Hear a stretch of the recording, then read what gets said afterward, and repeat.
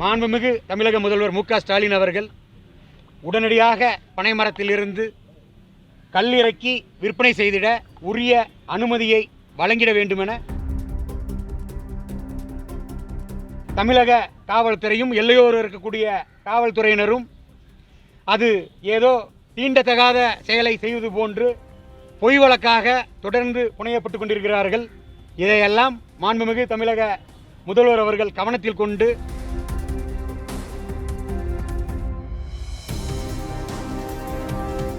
தமிழக முதல்வர் மு.க.ஸ்டாலின் அவர்களின் பணிவான கவனத்திற்கு சுதந்திர போராட்டத்திற்காக பாடுபட்டு தன் உயிரை நீத்த ஐயா கட்டுத்திலிக்காரன் கொங்கு குணாள நாடார் அவர்களுக்கு ஐயா அவர்களின் புகழ் இந்த உலகம் உள்ளவரை நிலைத்து நிற்கும் வகையில் தமிழக அரசு ஐயா அவர்களின் முழு உருவ வெண்கல சிலையை நிறுவிட வேண்டும். அதே வேளையில் ஐயா அவர்களுக்கு மணிமண்டபம் அமைத்து தருவதோடு மட்டுமல்லாமல் ஐயா அவர்களின் குருபூஜை தினத்தை தமிழக அரசு விழாவாக அரசு அறிவித்திட எங்கள் சத்திரிய சான்றோர் படை கட்சியின் சார்பாகவும் ஒட்டுமொத்த நாடார் சமுதாயத்தின் சார்பாகவும் கோரிக்கையாக தொடர்ந்து எங்கள் நாடார் சமுதாயம் மட்டுமல்ல தமிழ் சமுதாய சொந்தங்கள் அனைவருமே தொடர்ந்து போராடி கொண்டிருக்கிறார்கள். அரசிற்கும் கோரிக்கை வைத்துக் கொண்டிருக்கிறோம்.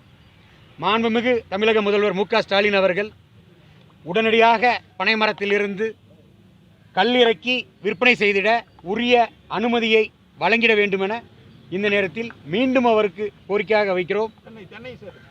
அது மட்டுமல்லாமல் இங்கு பொள்ளாச்சி பகுதி மட்டுமல்ல தமிழகம் எங்குமே தென்னை மரத்திலிருந்தும் வரக்கூடிய நீராபானங்களை இறக்குவதற்கு தமிழக காவல்துறையும் எல்லையோடு இருக்கக்கூடிய காவல்துறையினரும் அது ஏதோ தீண்டத்தகாத செயலை செய்வது போன்று பொய் வழக்காக தொடர்ந்து புனையப்பட்டு கொண்டிருக்கிறார்கள்.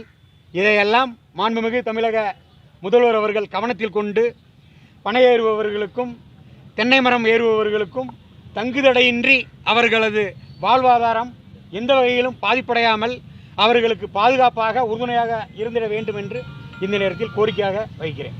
வரும் தேர்தலில் உங்களோட நிலைப்பாடு என்னங்க?